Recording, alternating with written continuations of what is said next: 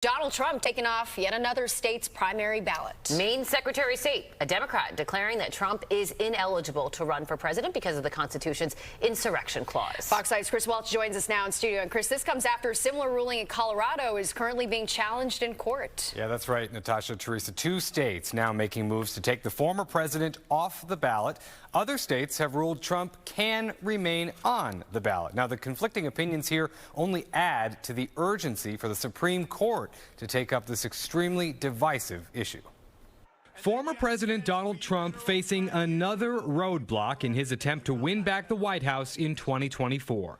Last night, Maine's Secretary of State, Shenna Bellows, the state's top election official, determined that former President Donald Trump is ineligible for office again after his efforts to hold on to power following the 2020 race. It's a very detailed decision. We lay out why under Maine law, the Secretary of State has the authority, indeed the obligation, I'm duty bound to make this determination. An obligation, she says, stems from the Constitution. This is the 3rd clause of the 14th Amendment. It was specifically crafted with former Confederate officials in mind. David Birdsell is a political science scholar and provost at Kean University. The person has to have taken an oath to defend the Constitution of the United States and subsequently, number 2, engaged in insurrection against the country. This is the same logic used by Colorado's Supreme Court that in a 4-3 decision earlier this month ruled Trump was ineligible to be on that state's ballot as well.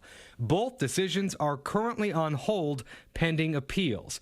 But just a short time after Maine's decision on Thursday, California's Secretary of State Shirley Weber announcing that she has not removed the former president.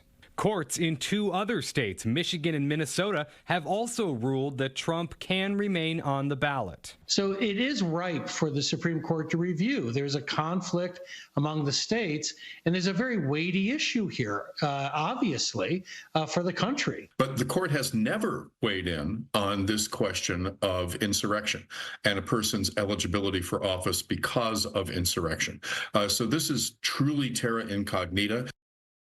And one Republican state lawmaker in Maine has already said he will pursue impeaching the Secretary of State following her decision to remove Trump from the ballot. Teresa. All right, Chris, thanks.